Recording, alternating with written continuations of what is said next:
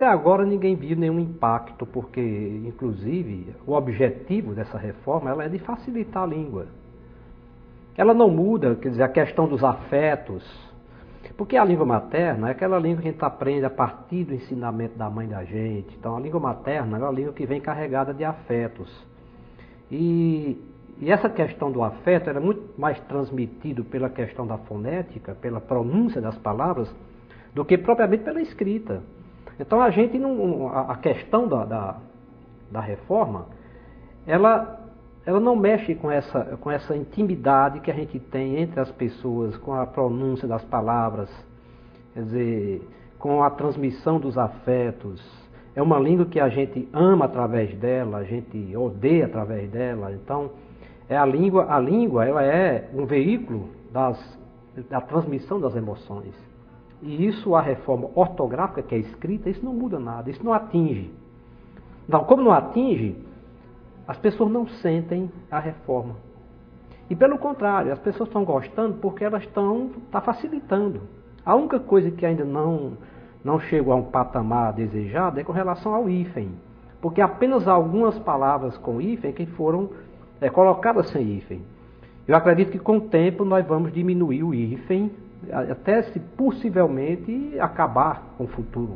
O que nós temos que fazer é nos adaptar, aprender, utilizar e observar mais tarde a posição dos nossos linguistas sobre essa adesão da oralidade, da linguagem coloquial, de vez à nossa gramática. Eu fiquei com muitas dúvidas depois dessa mudança. Então eu ainda não estou entendendo bem o porquê dessas mudanças. É inevitável, porque a língua ela é muito dinâmica, né? Ela existe porque ela é viva. E, por exemplo, a pressão que alguns autores da literatura africana e brasileira em Portugal já é significativa, e é extremamente significativa a participação, a influência da telenovela brasileira em Portugal e em todos os países de língua portuguesa. Só que eu acho que ela ainda foi uma reforma tímida. É interessante que outras futuramente, porque a última reforma foi de 1971 e agora veio essa outra. Então daqui a alguns anos outra reforma, quer dizer, a língua vai se simplificando para ficar mais fácil, para ficar a distância menor entre a escrita e a fala. Talvez fosse mais interessante um investimento em ampliar o conhecimento da língua portuguesa, que as pessoas leiam mais, né, estudem mais e conheçam melhor sua língua, do que uma mudança desse tipo. Normalmente eu não sei qual que seria o benefício, né? O Brasil está se aproximando muito dos países lusófonos, principalmente dos africanos, né? E é interessante, então, que essa aproximação econômica, essa aproximação comercial que está ocorrendo, ela também necessita de uma aproximação linguística, né? Porque dá a impressão que nós estamos agora descobrindo nossos irmãos, que muito tempo falavam nossa língua. E como diz o Saramago, não há uma língua portuguesa. O que há, segundo o Saramago, línguas em português. O que a gente precisa é ter uma língua portuguesa, uma língua que tenha pelo menos uma escrita que seja comum a essas nações que falam, a essas nações lusófonas. Porque você pode ver hoje que todo mundo conhece Nova York, Londres, Califórnia, Paris, está em todo canto. Mas quando você vai para Cabo Verde, vai para Angola, vai para Maputo, em Moçambique, você vai para outro lugar.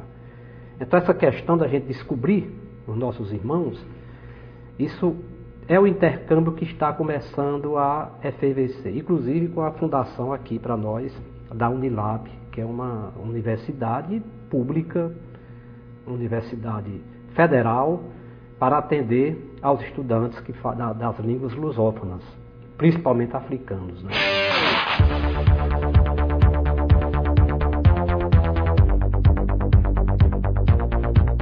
As dúvidas ocorrem muito nos hiatos, a mudança que houve no i e o tônicos formando o hiato. Por exemplo, a palavra feiura com o tônico, ela não tem mais acento. Aí o aluno diz, e a palavra viúva, saúde, continua tendo acento? Continua. Mas também não são paroxítonas com o tônico? São, mas não são antecedidas por um ditongo. Aí começam as dificuldades, porque a língua portuguesa é muito cheia de exceções. É vivendo e aprendendo, né? Há sempre mudanças, a gente não pode viver sempre do mesmo modo, então há sempre mudanças tanto na nossa vida pessoal como na vida profissional, então a gente tem que viver com isso, com mudanças. Tá vendo, Bruna, por que você caiu?